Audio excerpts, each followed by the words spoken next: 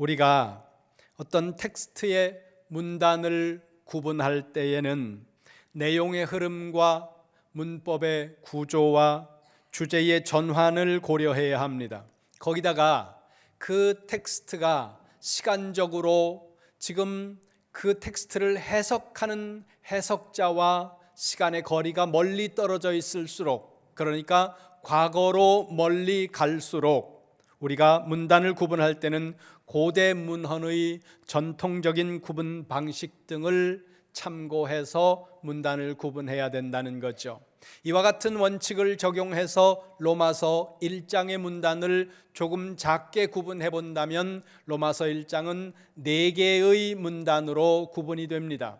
그리고 그 4개의 문단 중에 두 번째 문단이 로마서 1장 8절부터 15절까지의 말씀이라는 겁니다. 그 중에서 우리는 마지막 부분인 14절과 15절 말씀을 보았는데요, 이 부분의 핵심 토픽을 말씀드린다면 빚진 자의 의식과 복음 전파에 대한 사도의 열정, 이렇게 우리가 핵심 토픽을 정할 수 있다는 겁니다. 사도 바울은 빚진 자의 의식과 이 복음 전파라고 하는 두 개의 기둥을 붙들고 그는 일생토록 광인처럼 살아간다는 것입니다. 평생을 그렇게 살고 그의 인생 마지막 지점에 이르렀을 때 자신의 인생을 돌아보면서 사도 바울이 자신의 인생에 대해서 말하고 있는 부분이 디모데후서 4장에 있습니다. 보겠습니다. 디모데후서 4장 6절부터 8절입니다. 자신의 인생을 이렇게 평가하면서 이제 영원한 하나님 나라에 대한 소망을 드러내고 있다는 거죠. 디모데후서 4장 6절부터 8절 말씀까지 함께 봅니다. 시작. 전제와 같이 내가 벌써 부어지고 나의 떠날 시각이 가까웠도다. 나는 선한 싸움을 싸우고 나의 달려갈 길을 마치고 믿음을 지켰으니 이제 후로는 나를 위하여 의의 면류관이 예비되었으므로 주 곧 의로우신 재판장이 그날에 내게 주실 것이며 내게만 아니라 주의 나타나심을 사모하는 모든 자에게도니라. 아멘. 이 말씀 속에는 평생을 믿음 안에서 달려온 자신의 인생에 대한 만족감과 함께 믿음 안에서 살고 있는 사람들, 믿음 안에서 사는 모든 사람들을 향하여 사도 바울 자신이 달려왔던 그 길을 동일하게 달려가 주기를 소망하는 바람이 담겨 있다는 것입니다. 어떤 목사님의 설교 가운데 들었던 내용을 오늘 제가 인용할 건데요, 오래전에 들은 내용이라서 스토리가 정확하지 않습니다. 어떤 목사님이 미국에 있는 교회에 집회를 인도하기 위해 가셨습니다. 부흥회를 인도하는 중에 그 교회 집사님 가정에서 강사님 식사를 초대했고 담임 목사님과 그 가정을 방문했다는 거죠. 초대한 가정에 가서 보니까 남편은 미국 사람으로 군인이고 아내는 한국 분이었다는 겁니다. 그런데 그 한국 아내가 얼굴이 너무 환하고 행복해 보여서 강사 목사님이 식사 초대해 주시고 또 그러니까 이제 감사한 마음으로 집사님 얼굴이 참 좋습니다. 그랬더니 이 집사님이 갑자기 우시더라는 거예요. 내가 뭘 잘못 얘기했나 그런 당황스러운 마음에 있는데 이 여집사님이 하시는 말씀이, 목사님 제가 동두천 출신입니다. 이 목사님이 눈치가 없으셔서 동두천이 고향이세요? 그랬더니 그 얘기가 아니고 동두천에서 미군들 상대로 몸으로 살아가던 삶, 그런 삶을 살았는 여자가 접니다. 그러면서 제 얘기를 좀 들어보세요. 그러면서 자기 이야기를 하더라는 거죠. 이분은 동두천에서 아가씨와 손님으로 이 미군을 만났습니다. 같이 살자 그래 해서 그냥 미군이 이야기하는 대로 같이 살다가 이 미군이 한국 파견 근무가 끝날 시점이 돼서 돌아가야 하는데 나 따라갈래? 그래서 그냥 정처 없이 따라갔다는 겁니다. 그런데 따라가 보니까 미국에 도착하자마자 이 남자는 바람을 피우기 시작했고 미국 시어머니는 동양 여자인 자기를 사람 취급도 안 하면서 무슨 짐승 보듯이 그렇게 하더라는 거죠. 견디다 도저히 살 수 없어서 스스로 목숨을 끊으려고 헛간에 가서 목을 맸다는 거예요. 헛간 대들보에 밧줄을 걸고 그 밧줄을 자기 목에 거는데 얼마나 서러운지 목에다가 줄을 걸다가 주저앉아서 혼자 울었다는 겁니다. 그래 울고 있는데 어렸을 적에 자기 동네에서 교회 다니던 때에 그 생각이 문득 떠오르더라는 겁니다. 어린 시절 잠깐 교회를 다녔지만 어쩌다가 세상으로 나가 하나님 잊어버린 채 몸으로 남자를 상대하면서 험한 인생 살다가 낯선 남의 나라 땅에 와서 내 손으로 내 목을 걸어서 내가 이렇게 세상을 떠나나, 이런 슬픈 마음이 들어서 울고 있는데, 그때 그 교회 다니면서 배웠던 찬송과 그 교회에서 들었던 말씀이 떠오르면서 자기 마음속에 하나님 앞에 하소연하고 싶은 마음이 들더라는 거죠. 그래서 울면서 하나님, 이 죄 많은 인생이 이렇게 갑니다. 어쩌다 내 인생이 이렇게 기구해서 남의 땅에서 내 손으로 내 목을 졸라서 이렇게 가는 인생이 내가 됐습니까? 그러고 우는데 그때 자기 마음속에 음성이 들리는 것 같다라는 거예요. 딸아, 울지 마라. 내가 너 위해 죽었다. 이런 마음이 마음속에서 음성이 들리는 것 같다라는 겁니다. 그 음성이 들리는 걸 듣고 예수님이 나 위해 죽으셨다는 그 마음이 다시금 떠오르니까, 하나님이 나 위해 죽으셨는데 내가 이렇게 살다가 그냥 이렇게 가는 건 아니다 싶은 생각에 나 위해 죽으신 예수님, 나 위해 죽으신 하나님, 그 목숨 빚진 값은 내가 하고 가야 안 되겠나, 그런 생각이 들어서 목에 걸었던 줄 풀러놓고 다시 살기로 했다는 겁니다. 시어머니가 구박을 해도 내가 하나님 앞에 목숨 빚진 거 갚아야지, 그리고 그 구박 받으면서 일하고, 아무리 힘들어도 남편이 집에 돌아오지 않아도 빚 갚는다 생각하면서 집안일을 최선을 다해서 하는 겁니다. 그렇게 몇 개월을 살았더니 시어머니가 어느 날 보면서 너 뭔 일 있냐? 물론 영어로 얘기했겠죠. 미국 시어머니니까. 그래, 뭔 일이 있는 건 아니고 여차저차해서 이러이러해서 제가 교회를 갔습니다.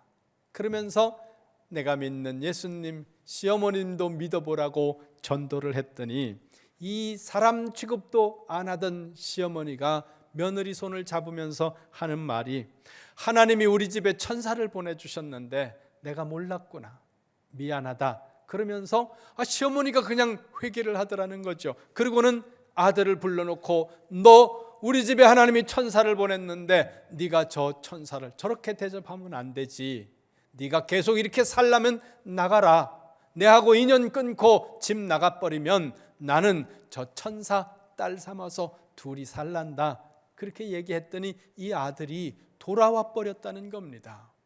여러분, 온 세상 사람들이 침뱉고 돌 던지는 험한 인생을 살던 한 많은 여인이 예수님 믿고 자기가 예수님 목숨값 갚겠다고 자기가 믿는 예수님을 시어머니에게 전했더니 지옥 같은 인생이 변해서 천국이 되고, 배설물 취급당하던 자신의 인생을 사람들이 천사처럼 대우해 주더라는 거예요. 여러분은 어떤 의식을 가지고 세상을 살고 있습니까? 여러분도 이 빚진 자의 의식이 있습니까?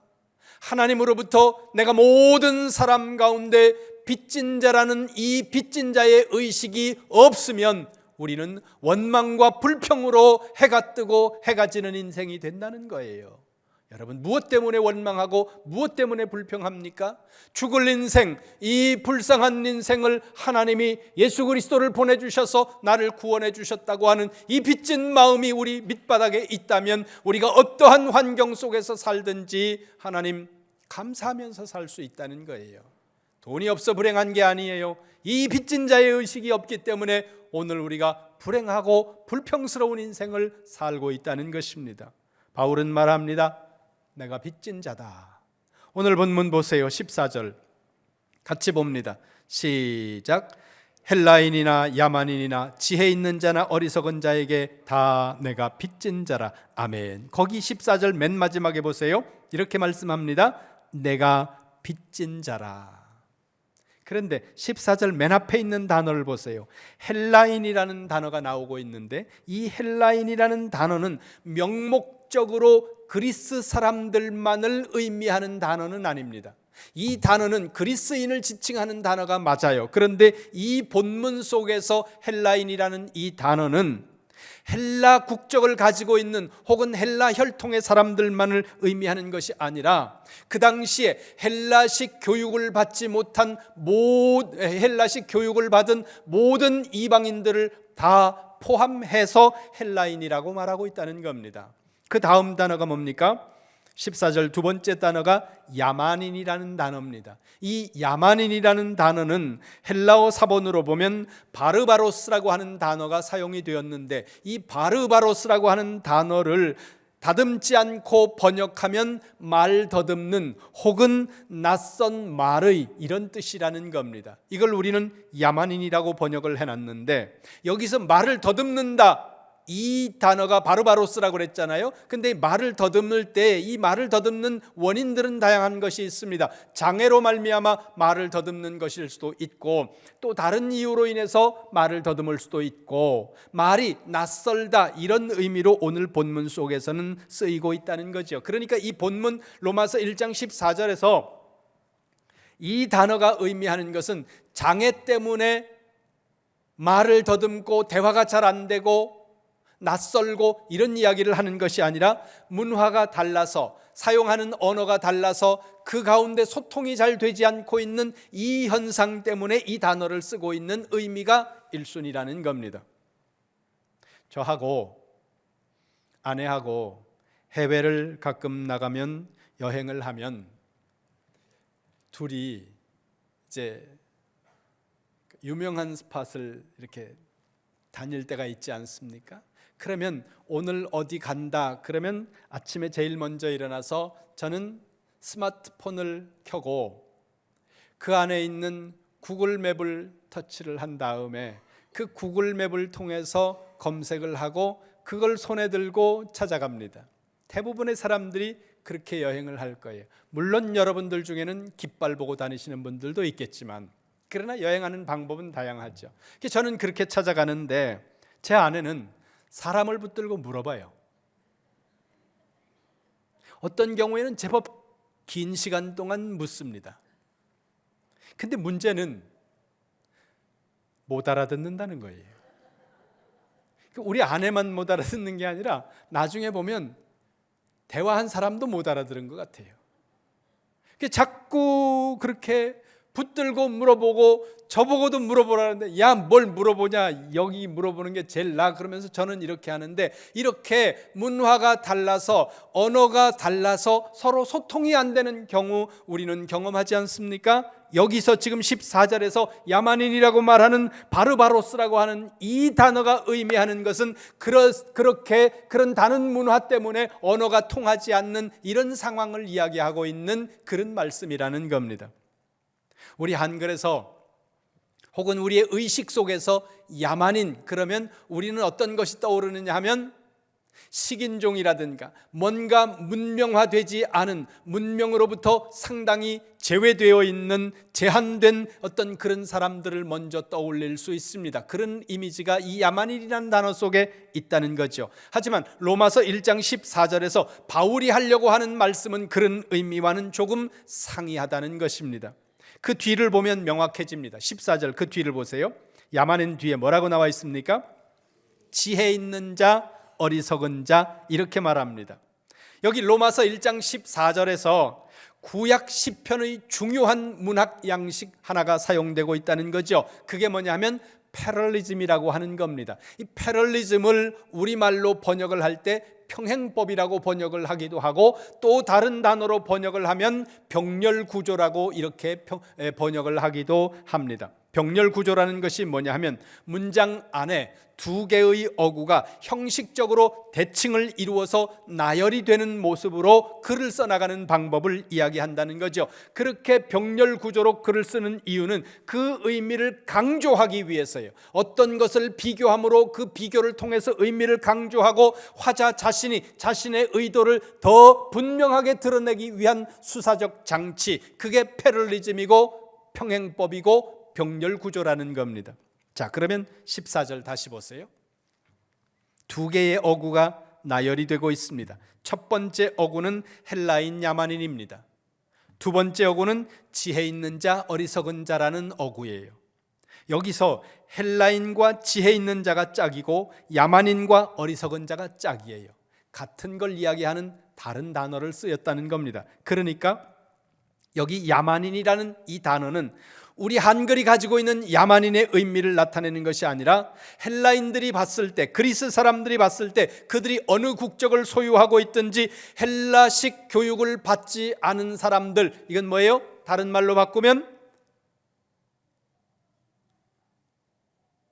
헬라인 외에, 헬라식 교육을 받은 사람들 외에 모든 사람들을 지칭하는 표현이라는 겁니다. 그럼 이 지점에서 한번 생각해 보시기 바랍니다. 이런 표현, 그러니까 헬라인, 야만인, 지혜자, 어리석은 자, 이런 표현을 통해, 이런 수사적인 기법을 통해서 바울이 말하려고 하는 것을 한 단어로 말해본다면 뭐라고 말할 수 있을까요? 헬라인과 그 외 모든 사람들, 헬라식 교육을 받은 사람들과 그렇지 못한 사람들, 이건 무슨 표현이에요? 모든 인류라는 겁니다. 모든 사람이라는 거예요. 그렇다면 한 번 더 생각을 해보시기 바랍니다. 바울은 여기서 빚진 자라는 표현을 하고 있다는 겁니다. 그러면 바울이 빚진 자라는 이 표현을 통해 말하려고 하는 메시지, 우리에게 어떤 의미를 전달하려고 하는가, 그것을 생각해 보시라는 거예요. 빚진 자라는 이 단어를 통해 우리에게 전달하려고 하는 강력한 메시지, 그거는 책임감이라는 겁니다. 그러면 책임감, 그러면 되지 왜 빚진 자라는 단어를 썼을까? 여러분, 사람이 어떤 것을 기억할 때, 어떤 정보를 기억할 때, 밖으로부터 들어오는 어떤 정보를 여러분이 두뇌가 기억할 때, 그 기억하는 방법은 데이터들을 기억하는 게 아니에요. 사진을 찍듯이 기억을 한다는 거예요.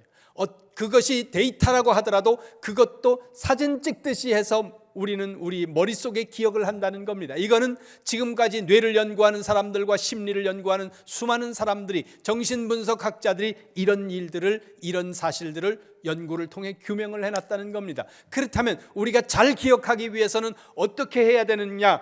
데이터를 정확하게 하는 것이 아니라 그림 언어를 써야 된다는 겁니다.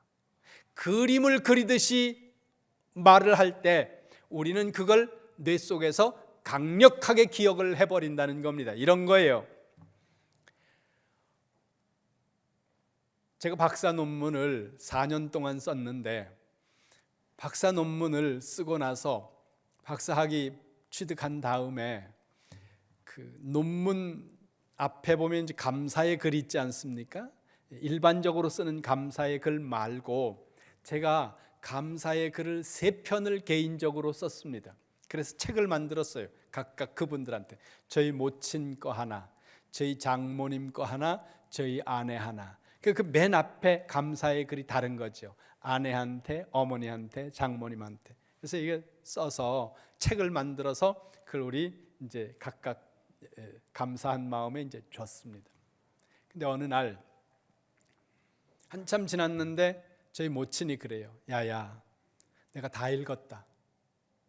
뭘 다 읽었습니까? 그랬더니 제 논문을 처음부터 끝까지 다 읽었다는 거예요.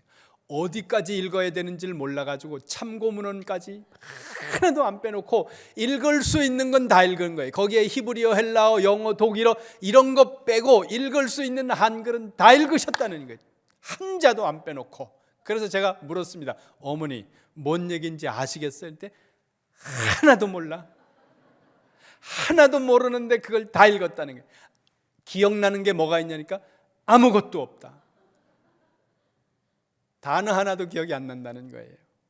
연세가 높으니까 그럴 수도 있겠죠. 근데 여러분, 이솝우화 같은 이야기를 들었을 때 그 이야기는 한 번만 들으면 여러분 평생의 뇌 속에 그 스토리가 다 저장이 돼버린다는 겁니다. 왜 그래요? 그 동화는 그림을 그리듯이 말을 하고 있기 때문이라는 겁니다. 그래서 예배에 왔다 가면 여러분들이 기억하는 것은 하나님 말씀이 아니고 그날들은 예화예요. 그건 여러분 잘못이 아니에요. 여러분의 뇌가 그렇게 구성되어 있다는 겁니다. 그래서 사도 바울은 책임감이라는 이 중요한 단어를 쓰지 않고 빚진 자라는 이미지 언어를 통해서 우리가 강력한 빚을 지고 있다는, 책임감을 가지고 있어야 한다는 이 단어를 이렇게 표현하고 있다는 겁니다. 그런데 이 지점에서 멈추지 말고 우리의 생각이 조금 더 앞으로 나가야 됩니다. 나는 빚진 자다 이러고 끝나버리면 so what? 의미가 없는 거예요. 그 다음 15절로 나가는 겁니다. 1장 15절 같이 보겠습니다. 시작.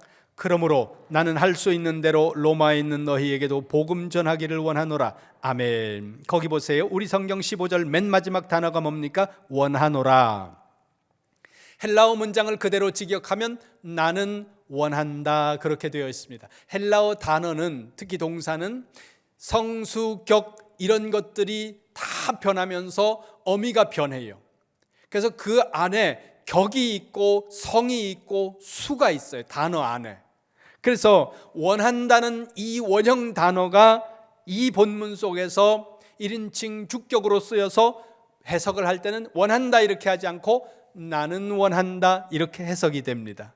자, 그런데 주목할 것은 헬라어 사본으로 보면 원한다는 이 단어가 15절 맨 앞에 와 있습니다. 우리 문장은 어떻게 돼 있습니까? 맨 뒤에 와 있습니다. 왜 이렇게 됐을까요? 우리 글의 어순 때문에 그렇다는 겁니다. 우리 글의 어순이 헬라어의 어순과 동일하지 않기 때문에 우리는 원한다는 단어가 맨 뒤로 가고 있는데 헬라어는 맨 앞으로 왔다는 거죠. 이게 무슨 의미가 있느냐? 헬라어는 어순의 의미의 강조점이 있다는 거예요. 헬라어에서 그 어순, 어디에 단어가 들어가느냐 하는 것이 굉장히 중요한데 맨 앞으로 들어와 있다는 것은 그것을 저자가 되게 강조한다는 의미라는 겁니다.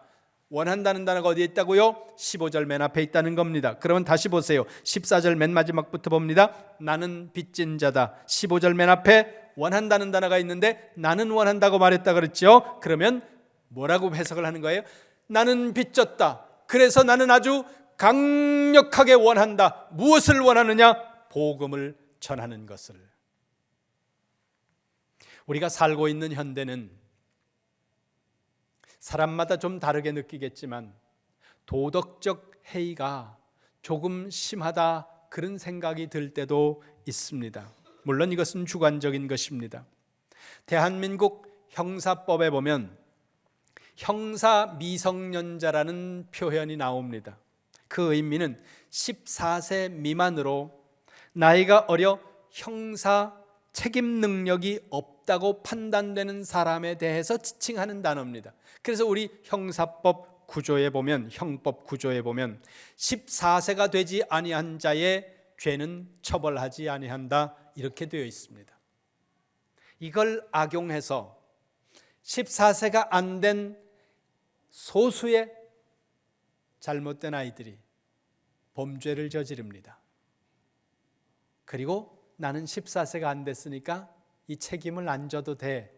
그렇게 하고 그 법망을 통해 빠져나간다는 거죠. 다만 피해자들은 그 보호자들에게 손해배상 청구 등의 민사적 책임을 물을 수 있는, 요구할 수 있는 방법은 있습니다. 그러나 14살 이하의 아이들이 직접적인 그 자신의 잘못에 대해, 죄에 대해 책임을 지지 않아도 되는 이런 제도들이 우리에게 있다는 겁니다. 그리고 빚을 지나치게 졌을 때 도저히 그 빚을 갚지 못하면 나는 빚 갚을 능력이 안 됩니다. 이렇게 나라에서 좀 해주세요 신청을 하면 나라가 빚의 일부를 갚아주거나 면제해주거나 혹은 그 빚을 갚아야 되는 그 빚 갚는 것을 일정 부분 유보해주는 그런 제도도 있습니다. 이러한 제도들은 민주주의 사회에서 인권이라든가 평등이라든가 이런 것들을 유지하기 위한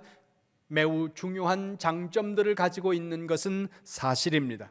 그러나 로마서가 기록되고 있던 1세기 사회, 특히 로마의 식민 지배 아래에 있던 이 헬라와 유대 지역 같은 이런 지역에 있는 사람들 중에 빚을 지고 있는 사람들, 이런 사람들은 빚을 졌다면 재산을 몰수당해야 하고 노예로 팔려가야 하고 때로는 목숨을 내놓아야 했다는 겁니다. 그러니까 바울이 말하고 있던 시대에는 빚을 갚지 않으면 강제로 모든 재산을 빼앗겨야 하고, 그리고 몸이 구금당한 채 고문을 당해야 하고 노예로 팔려가서 인생과 가문이 모두 다 파탄이 나버려야 되는 이런 상황 속에 있다는 겁니다. 그러니까 이 당시 사람들에게 빚 졌는데 빚을 안 갚는다, 이건 있을 수 없는 일인 겁니다. 빚을 안 갚았다면 노예가 되어야 하고 빚을 안 갚았다면 목숨을 내놓아야 하는 것이 이 당시의 사람들이었다는 겁니다. 그렇다면 빚 졌다, 이 사람에게 유일한 소원은 뭐예요? 오직 빚을 갚는 거예요. 빚을 갚아야 되는 겁니다. 바울은 말합니다. 나는 모든 사람에게 빚진 사람이다. 나는 그 빚을 갚아야 된다. 그 빚을 갚는 유일한 방법이 뭐냐? 내가 다른 사람들에게 복음을 전하는 것이다. 이것이 바울의 소원이었다는 겁니다. 여러분, 사도 바울 자신이 그 내면에서 마주했던 빚진 자의 의식, 강력한 책임감이 오늘 여러분들에게 있는지 점검하시기 바랍니다. 만약에 여러분들 안에 이 바울이 가지고 있었던 강력한 빚진 자의 의식이 없다면 오늘 여러분들은 여러분들의 구원을 다시 한번 점검해야 된다는 겁니다. 구원받은 모든 사람들에게는 이 책임감이 발생한다는 거예요. 이 빚진 자의 의식이 당연히 생긴다는 겁니다. 이렇게 한번 가정해 보시기 바랍니다. 여러분들에게 모든 병을 고칠 수 있는 약이 있습니다. 어떤 병이든 그 약을 먹으면 세상에 있는 모든 병을 다 고칠 수 있습니다. 상상하기 기분이 별로 좋지는 않지만 여러분의 부모님과 여러분의 사랑하는 자녀와 가족이 병에 들었습니다. 그런데 여러분이 그 약을 가지고 있습니다. 그런데 그 약을 손에 들고 있으면서 병든 내 부모와 내 자녀와 내 사랑하는 가족들에게 그 약을 주지 않는 사람이 있다면 여러분, 그 사람은 어떤 사람입니까? 복음을 전하지 않는 사람이 바로 그런 사람이라는 겁니다. 주님은 우리에게 죄와 사망으로부터 벗어날 수 있는 오직 하나의 방법을 주셨다는 겁니다. 주 예수를 믿으라, 그리하면 너와 네 집이 구원을 받으리라. 천하인간에 구원받을 만한 다른 이름을 너희에게 준 적이 없느니라. 오직 예수, 오직 그리스도, 그 이름을 믿으면 너희는 구원받는다. 영접하는 자, 곧 그 이름을 믿는 자들에게는 하나님의 자녀가 되는 권세를 주셨다. 주님 말씀합니다. 예수 외에 길이 없습니다. 주님이 말씀하세요. 내가 곧 길이요 진리요 내가 생명이다. 나로 말미암지 않고는 아버지에게로 올 자가 없느니라. 주님 말씀하세요. 우리가 그 길을 알고 우리가 그 구원을 받았다면 우리 주변에 믿지 않는 사람에게 우리는 말해야 된다는 거예요. 뭐라고요? 예수 믿어라. 주 예수를 믿어라. 그 길 외에는 하나님의 자녀가 되는 방법이 없고 그 길 외에는 죄와 사망으로부터 벗어날 길이 없다는 것을 여러분, 우리가 말해야 된다는 거예요. 이 말을 하지 않는 사람들은 내가 고칠 수 있는 약을 가지고 내 사랑하는 가족들에게, 지인들에게 죽어가는 모습을 보면서 내가 손에 든 약을 그들에게 주지 않는 사람과 동일한 악한 사람이라는 것입니다. 여러분, 복음을 전하는 일이 어렵습니다. 간혹 어떤 분들이 그래요. 목사님, 전도하는 일이 너무 힘들어요. 맞습니다. 그러나 여러분, 돌이켜보세요. 2000년 기독교 역사에 복음 전하는 일이 쉬웠던 때가 언제 있었습니까? 저 터키를 가보세요. 그 갑바도기아 지하 도시에 수만 명이 신앙을 지키기 위해 그 속 안으로 들어갑니다. 그 속에 들어가면 30대 중반의 평균 연령이 30대 중반이, 그러면서도 그들은 신앙을 지키기 위해 그 깊은 땅 속으로 들어가 거기에 땅 속에 교회를 만들어 놓고 신앙을 지키고 복음을 전합니다. 오늘 우리 시대가 어렵다고요? 그들이 봤으면 뭐라고 말할까요? 쉽지 않습니다. 제가 신앙을 가지고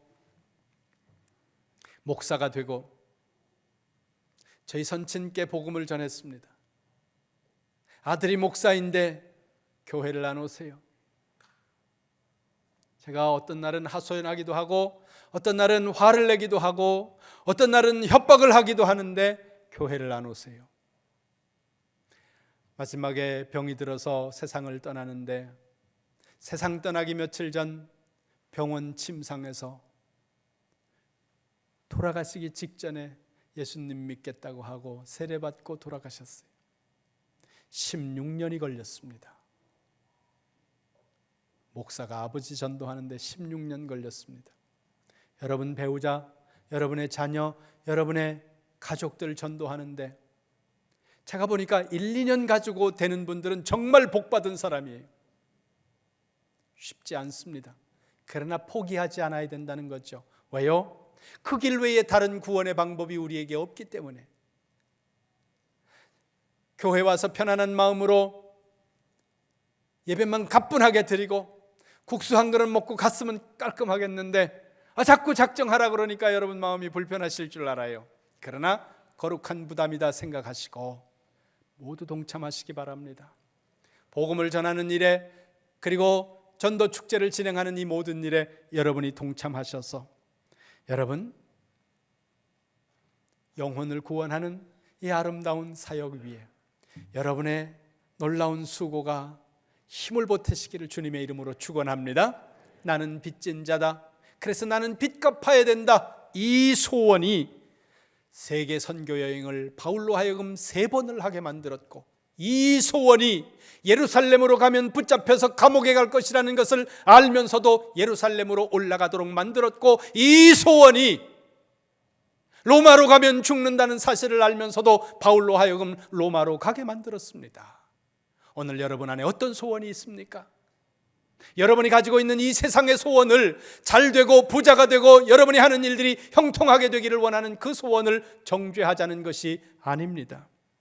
하지만 구원받은 성도라면 내가 가진 이 복음, 이 생명, 예수 그리스도의 목숨값을 지불하고 받은 하나님의 선물임을 깨닫고 내가 가진 이 목숨, 예수님의 목숨값 빚진 이 목숨에 대한 빚진 의식, 그리고 빚을 갚아야 되겠다고 하는 이 거룩한 사명, 이 소원이 여러분 안에 충만하시기를 주님의 이름으로 축원합니다.